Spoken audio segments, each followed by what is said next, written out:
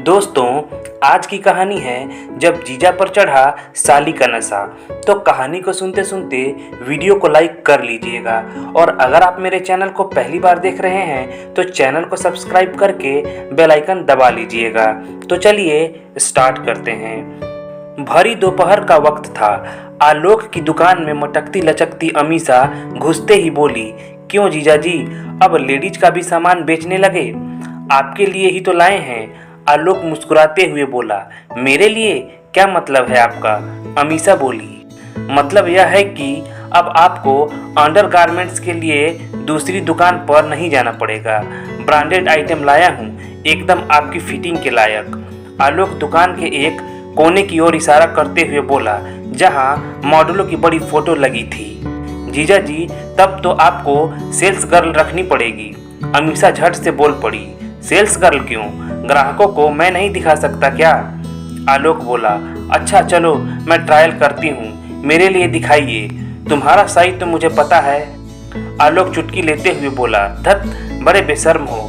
यह कहती अमीषा शर्माती हुई जैसे मटकती आई थी वैसी ही तेज कदमों से चली गई। आलोक देर तक उसे जाते देखता रहा। अधेड़ उम्र का आलोक नागपुर में गारमेंट्स की दुकान चलाता था। दुकान से थोड़ी ही दूरी पर उसके ससुराल वाले भी रहते थे।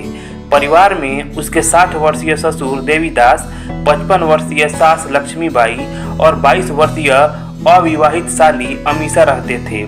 ससुर देवीदास एक प्राइवेट लिमिटेड कंपनी में सुरक्षा गार्ड की नौकरी करते थे। देवीदास की बड़ी बेटी विजया से आलोक ने प्रेम विवाह किया था।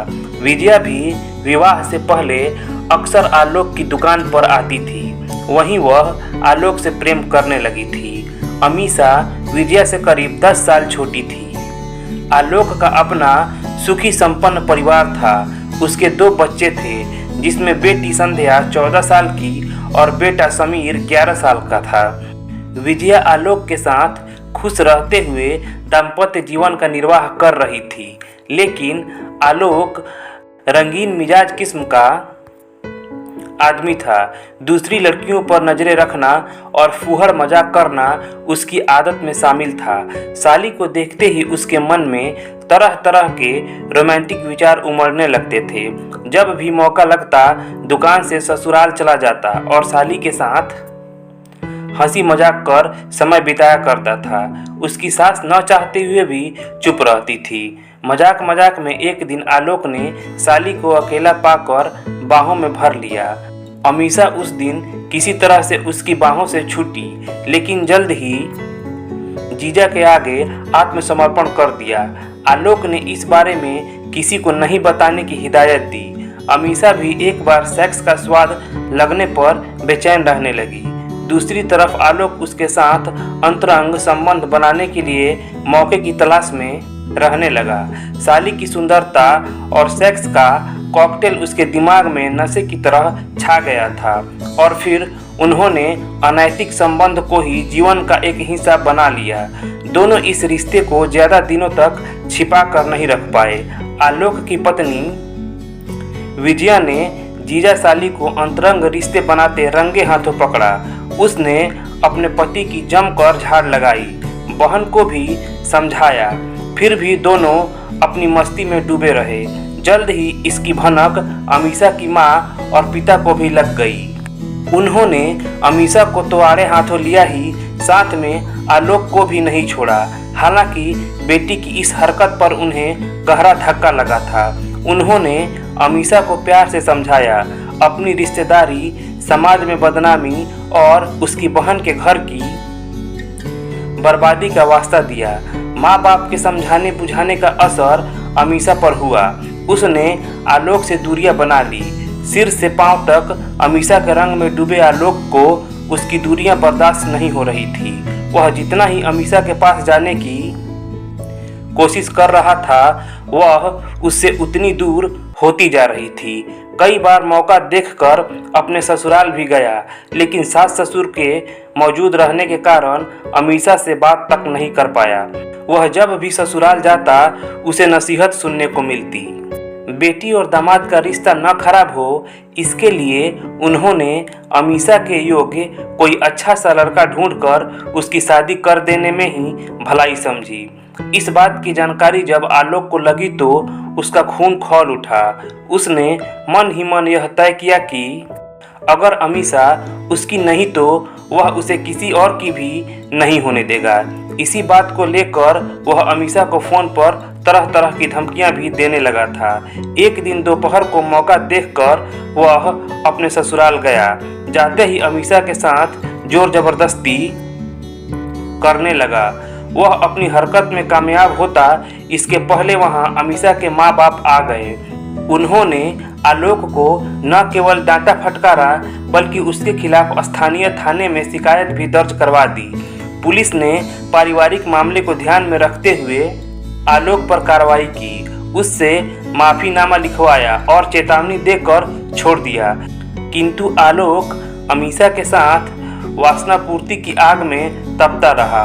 वह मौके की ताक में रहते हुए बदले की भावना से भी भर चुका था। पुलिस के हस्तक्षेप के बाद अमीषा के घर वालों को थोड़ी राहत जरूर मिली थी, जबकि आलोक ने पुलिस की कार्रवाई और माफीनामे को प्रतिष्ठा का प्रश्न बना लिया था।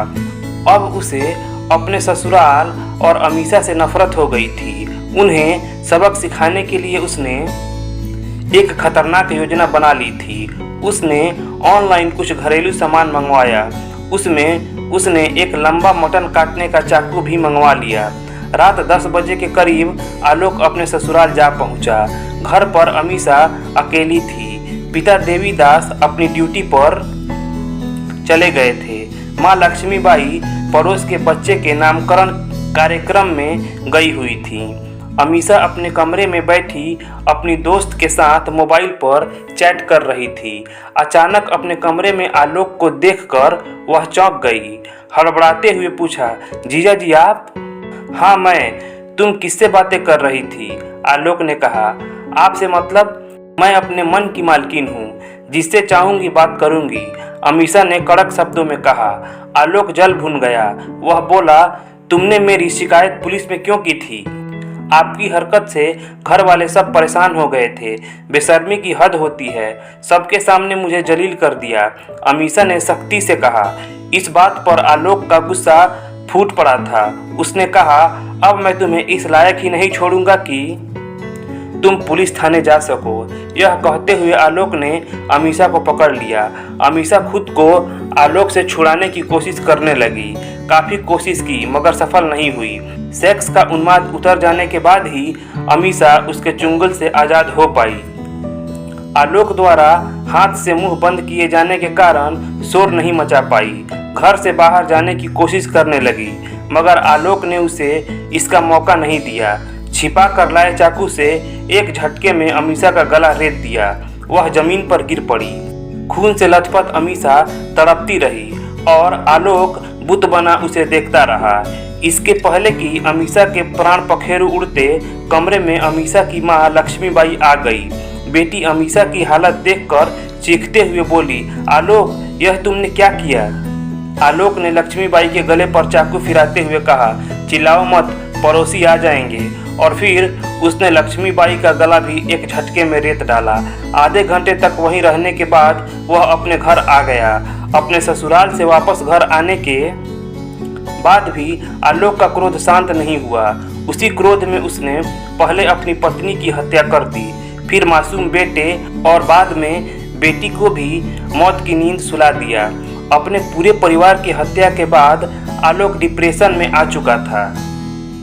उसने कमरे के पंखे से लटक कर अपनी जीवन लीला भी समाप्त कर ली। नाजायज रिश्ते का अंत हमेशा बुरा ही होता है, कृपया इससे बचें। दोस्तों, अगर कहानी अच्छी लगी हो तो लाइक कर लीजिएगा और प्लीज़ चैनल को सब्सक्राइब कर लीजिएगा।